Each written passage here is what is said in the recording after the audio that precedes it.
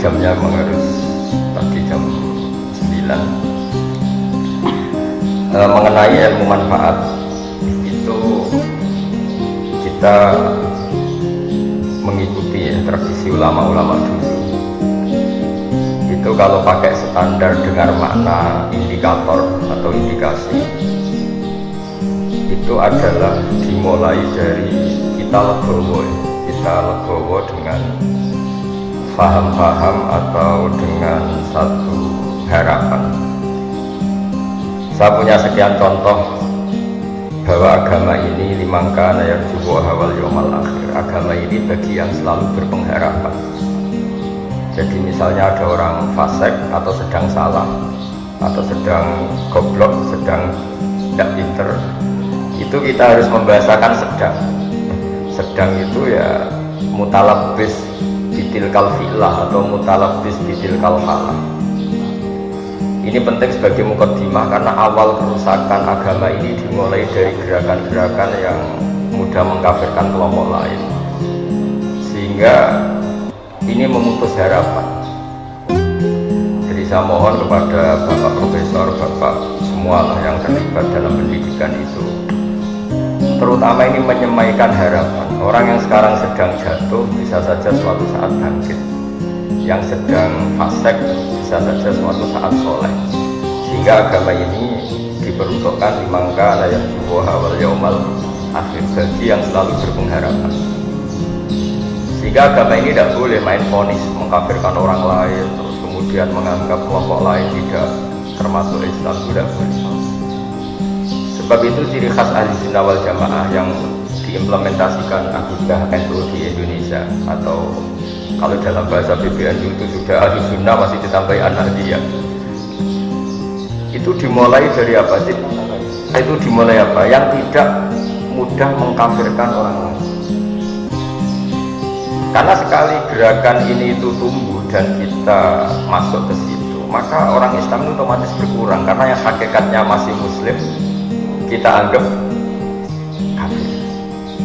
Yang hakikatnya suatu saat tobat kita vonis atau kita statuskan, kita stigmasi sebagai orang yang jelek, sehingga nggak ada harapan lain lagi untuk baik. Sebab itu pengajian ini atau ngaji ini saya mulai dari ciri khas madzhab ahli sunnah wal jamaah tentang ilmu manfaat. Ilmu manfaat itu ilmu yang orang itu selalu berharap kepada Allah Subhanahu wa ta'ala. Limangkana yarju'u hawal yawmal akhir. Saya beri beberapa contoh masail fikih. Ada orang misalnya mati bunuh diri atau mati karena minum oplosan. Itu di Syarhun Nawawi, syarah hadis Nawawi ketika mensyarahi Sahih Muslim. Gimana hukumnya orang yang mati karena oplosan atau karena bunuh diri? Sebagian ulama mengatakan jangan datangi jenazahnya sebagai hukuman biar nggak ada lagi yang mati bunuh diri. Ada ulama yang berpendapat tetap kiai itu datang karena bunuh diri itu sudah salah, dan kalau kiai-kiai tidak datang maka ditakutkan ada kefiah baru dalam mengelola jenazah, dan itu lebih bahaya. Misalnya ada orang mati oplosan karena orang-orang soleh tidak datang, kemudian komunitas mereka bikin satu tradisi baru dalam memakamkan jenazah. Misalnya didusi be arak, terus mayitnya didepnongitan atau dimakamkan begitu saja. Sebab itu pertanyaannya, lalu gimana? Ya al-maisur la yasqutu bil ma'zur, kita harus datang, setidaknya kita tetap mendatangi syariat Islam yang dalam mengelola jenazah dimakamkan secara benar, dimandikan secara benar, disolatkan secara apa? Nah artinya begini, kita datang ini sebetulnya bukan bentuk penghormatan ke orang fasik, tapi bentuk mengawal syariat Islam supaya tetap berjalan meskipun sedang mengelola orang apa? Fasik. Jadi ini penting sekali saya utarakan supaya legowo kita sebagai pemandu ilmu atau pemandu madzhab ahli sunnah wal jamaah itu bukan urusan seneng dan tidak seneng, tapi kita ngawal syariat Islam ini kita. Caranya apa? Ya tadi selalu berpengharapan di mangkana yarju'u hawal yawmal. Kalau tadi dikatakan Pak Rektor misalnya susah menerapkan pesantren di kampus, tapi jangan pernah putus harapan. Al-Azhar itu ya kampus, tapi tradisinya pesantren. Di situ ada ijazah toreko, ada ijazah cara menghafal Quran secara benar, tapi tetap tradisinya itu kampus. Nah, saya memulai makalah ini dengan buku yang dengan baca semua, yang dengan bawa, nanti tak baca secara urut bagian yang pokok-pokok. Saya mulai dengan ilmu manfaat itu ilmu yang kaya apa? Saya akan berpendapat ilmu yang selalu memberi kita jadi agama ini kata Allah liman kana yarjuha wal yaumal akhir, bagi selalu yang punya. Ketika Sayyidina Umar ditanya ibadah paling baik itu gimana? Intidharul farad, selalu menunggu harapan, menunggu suatu saat ada kebaikan, ada hari yang lebih baik. Nah, itu dimulai dari mana? Dimulai misalnya seorang bapak yang awam, yang mungkin lugu atau bodoh, selalu bilang lagi Jokowi bapak, akhirnya anaknya sekolah dan lebih baik.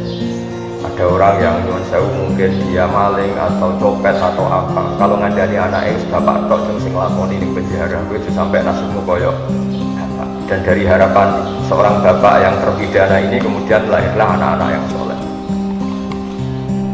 Ketika orang-orang kafir Mekah yang sangat sadis kepada Rasulullah SAW itu sampai Malakul Jibal juga teguh, terus menawarkan, ya Rasulullah, hari ini saya diutus Allah untuk apa? Untuk menghancurkan orang-orang Mekah yang mengusir engkau, yang menyakiti engkau. Tapi kata Nabi, jangan. Asallahu ayyukhrija min aslabihim ma ya'buduha wa la yusyriku bihi syai'an. Mungkin bapaknya kafir, tapi saya berharap nanti anak-anaknya menjadi mukmin. Jadi orang yang kafir saja Nabi tidak butuh harapan. Ini bukti itu ada di hadis Sahih di Bukhari. Dan betul, Abu Lahab punya putri namanya Durrah, ada yang baca Darrah, itu mukminah sholihah. Abu Jahal punya anak namanya Ikrimah, ini termasuk sahabiyun jalilun. Jadi agama ini digerakkan oleh harapan liman kana yarju. Bahkan ketika bapaknya belum, kan banyak sekarang di Indonesia. Banyak di Indonesia itu orang yang nggak bisa baca Quran, anaknya hafid. Dimulai dari mana? Dimulai dari sebuah apa? Harapan liman kana yarju wal yaumal akhir. Sebab itu dalam sebuah kitab Jami'u Ushulil Auliya, kitab tentang para wali, itu Abdul Hasan As-Sadili pernah mimpi. Di situ ketemu Nabi Nuh dan Nabi Muhammad SAW dalam itu. Nabi Nuh digojlok begini sama Nabi Muhammad. Andaikan Nabi Nuh tahu bahwa dalam tubuh orang kafir bisa saja ada sperma nasamah namanya kalau dalam bahasa Arab, yang suatu saat jadi mukmin. Misalnya Abu Jahal, ternyata dia menyimpan nasamah, yaitu nanti jadinya ada Ikrimah bin Abi. Mungkin buyut-buyut kita, orang-orang di negara-negara Eropa, mungkin banyak yang bapaknya kafir, atau yang karuan ya di Arab. Di Arab itu banyak orang kafir yang karuan di kitab itu. Abu Jahal punya anak Ikrimah, Abu Lahab punya anak Darrah. Andai kan Nabi Nuh tahu bahwa orang-orang kafir yang beliau pasutkan itu mati, padahal di tubuh mereka tersimpan nasamatan mukminah, bisa saja tersimpan calon-calon orang mukmin, maka maja'a ala qaumin, maka tidak akan masukkan kaumnya. Artinya apa? Kenapa Nabi Nuh yang termasuk ulul azmi akhirnya syariatnya Nabi Nuh tak menjadi syariat kita? Karena syariat kita tidak boleh Rabbil tazar alal ardi minal kafirina. Karena yang sedang bodoh bisa saja di situ tersimpan calon-calon profesor, calon-calon doktor, calon-calon ulama, padahal bapaknya awam atau suku. Maka Bapak Profesor Purwo, saya pernah ketemu profesor juga di Jogja, cerita sebenarnya saya dengan bapak saya itu tak pinter mana. Kok sampai cerita gini ya, bapak saya ini petani betul, punya anak profesor. Saya profesor, anak saya naik SMP saja kesulitan. Biasanya ini pinter siapa ya? Makanya cerita yang favorit di Basiber agaknya Mbah Mun itu. Ada orang awam, bodoh, punya anak alim alama. setelah punya anak alam ini, anaknya ini punya pondok besar itu. Ya rata-rata santri itu kultus, anaknya saja sealim ini apalagi bapaknya. Suatu saat bapaknya ke situ, sholatnya ya ada benar, ya ada benar. Santri itu masih bisa mentakwil. Ini mungkin jadab itu bahasa khusus pondok, mungkin punya perilaku khusus yang sudah terbebas dari syariat. Suatu saat bapaknya ini kencing dekat musola, jadi sudah agak bisa ditakwil. Wah ini kali ini bodoh betul ya. Singkat cerita si santri memberanikan diri matur kiainya, Pak Yai, saya ini kecewa. Dulu saya kira bapak anda lebih pintar dibanding anda karena anda alim betul. Ternyata bapak anda ini bodoh. Terus kata sang kiai tadi, orang cuma bapakku itu pintar, sing bodoh itu mbahmu. Kenapa bapak jenengan pintar? Karena memutuskan punya keputusan terbaik dalam hidupnya, yaitu saya dipondokkan, artinya saya jadi orang alim. Nak mbahku bodoh, berkora atau pondok no. Nah, artinya apa? Generasi bodoh itu bisa diakhiri. Maka sebetulnya seorang yang bodoh itu ya sedang bodoh. Bisa saja di sini menyimpan tadi nasamatan sing mukminatan, nasamatan alimatan, nasamatan sing mu'jibatan. Sehingga kalau dalam ngaji nahwu, ini juga orang-orang umum juga harus ngaji nahwu. Bahasa nahwu itu manusia itu berstatus seperti isim fa'il. Isim fa'il itu kalau fasikun berarti sedang fase, bukan permanen fase. Seperti kita misalnya mungkin kita sholikun, ya sebetulnya sedang soleh, bisa saja kita suruh khotimah, sehingga tetap disuruh berdoa ya muqallibal qulub tsabbit qalbi ala. Lalu gerakan-gerakan ekstremis itu tidak mau belajar seperti ini. Kayak apa dulu Abi Sufyan musuhi Kanjeng Nabi, tapi akhirnya mungkin semua perang orang kafir itu dipimpin Abi Sufyan. Dulu ketika Nabi orang Islam kalah di perang Uhud, panglimanya orang kafir itu Wahsy, apa itu?